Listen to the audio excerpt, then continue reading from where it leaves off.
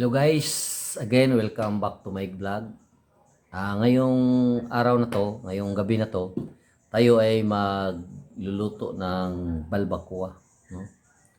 Nandiyan na ang mga ingredients natin guys, at saka pinakuluan na natin 'yon ang balat ng baka. So, sasamahan niyo ako guys. Magpa-practice ng magluto ng balbacoa. Pero sisiguraduhin ko guys talagang masarap to.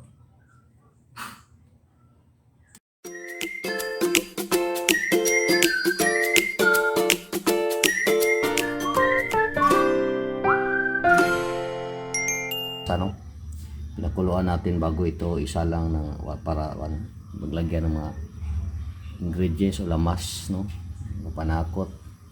So unahin natin ang pakulo, tapos itatapon natin ang sabaw nito para mawala ang langsi ng ang amoy. Ito guys, pinakukuluan natin mga siguro mga 3 hours, no. In medium and low fire lang atong ibigay na apoy, no? Hindi masyadong malakas, hindi masyadong mababa. Tamang-tama lang ang apoy guys, no?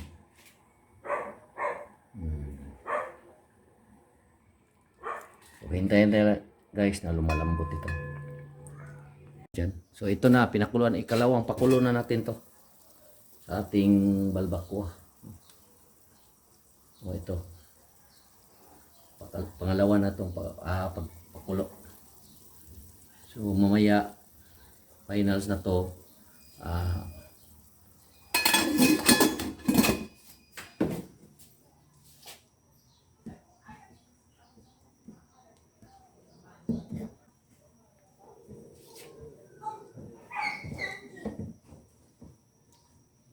so ito guys, hintayin natin tapos ang kulo ay tatapon natin ang sabaw na to para walang amoy talaga, para malilinis yung para ganang kumain ng ating mga kalaad. Ito na guys ang ating mga ingredients, no, para sa gagawin nating balbacoa. Balat ng baka. Yan, ito sweeties. Ang red chili. Kulang pa yan guys, mamaya. At ito naman pangatlo natin pakulo to para iwas amoy, no. So pinakuluan tatag 15 minutes o 20 minutes, pagkatapos itatapon natin ang sabaw. Okay guys, ito na guys ang ating pinainit na mantika. Tapos natin hainin yung ating balbacoa. Nandito na guys. Ito na siya guys. So inuha natin ang sabaw. So ngayon naman tayo ay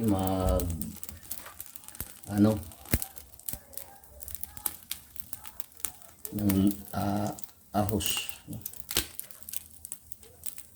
Ilagay natin ito guys, ang ahos guys. Ang bango guys, bango talaga to. Sigurado ako. Ilagay natin ito guys.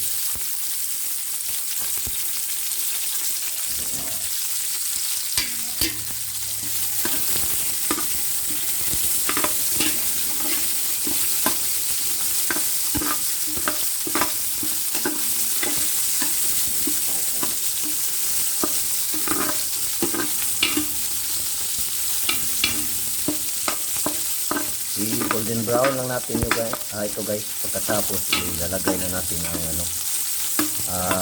onions o sibuyas bombay. Yan. Hindi natin masyado ano.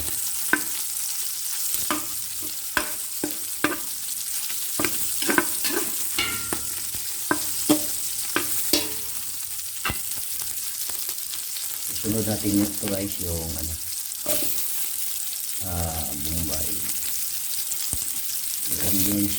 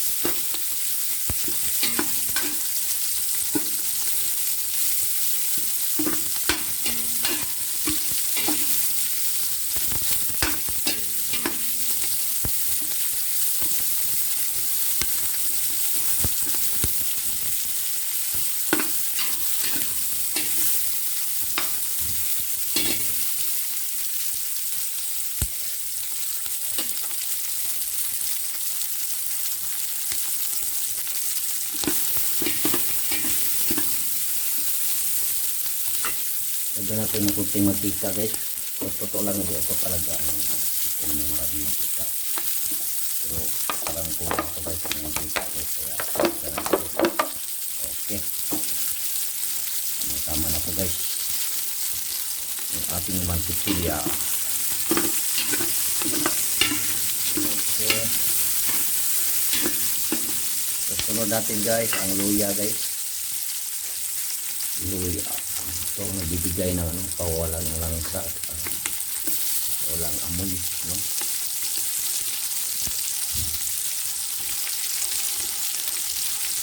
Pinamay lang guys.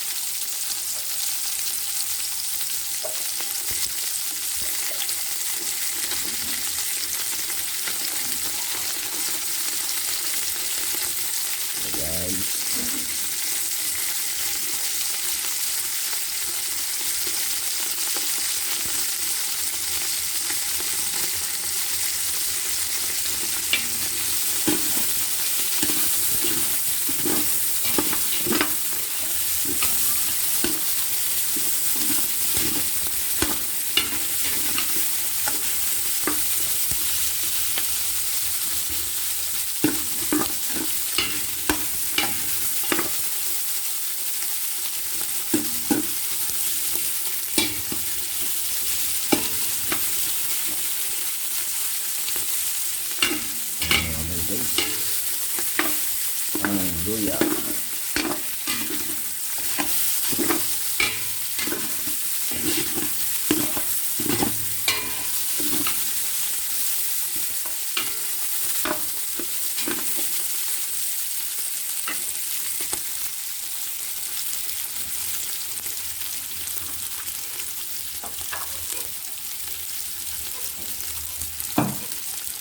Sunod natin guys yung ating balbakwa.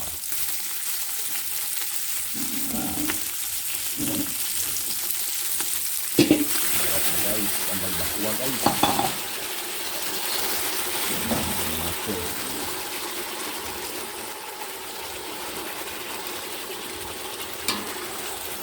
Para sumunod ang sarap nito guys.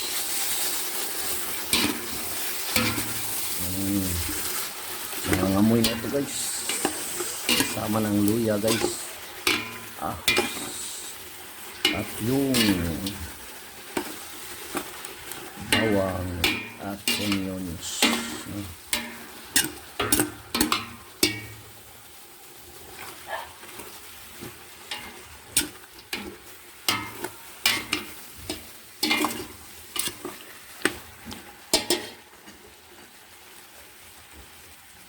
Matatagal pa yata dyan ibing.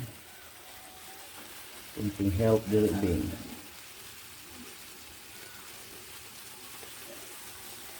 Ito guys, may natabi pa guys.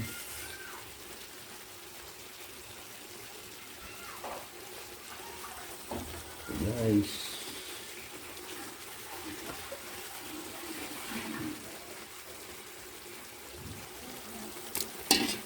guys.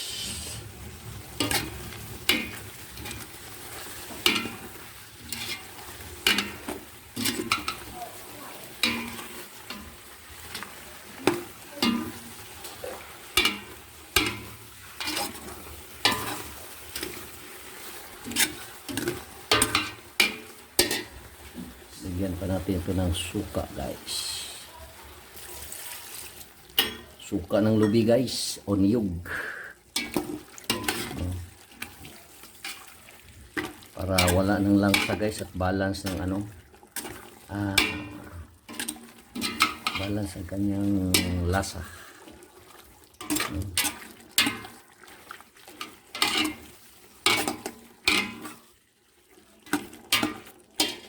Susunod natin guys ang ating black pepper guys.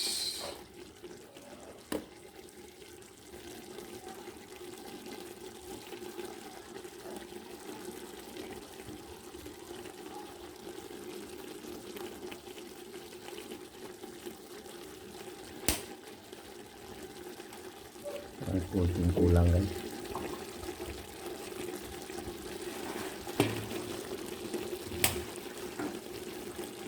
Ito na guys. Mix na natin siya.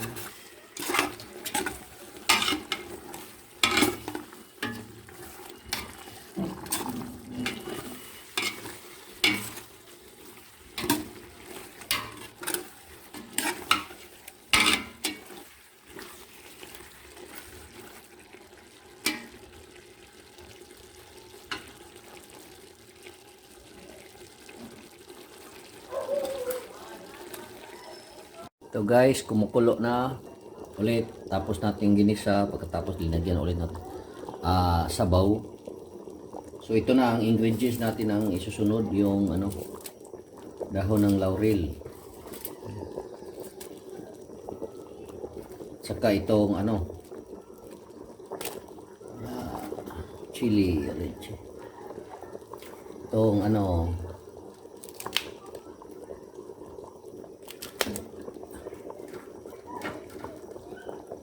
siling haba, espada. Okay. Mahaba talaga. So ito na guys. Inilagay ito na guys.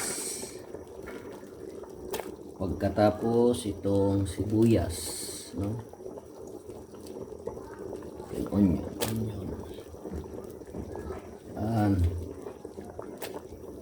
Masarap na to guys. At ang ating tanglad, no?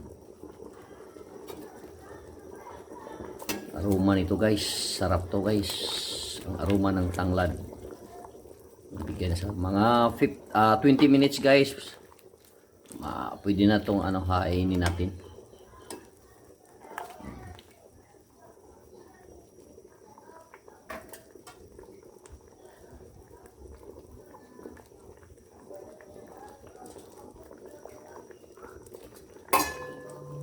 Takpan natin guys.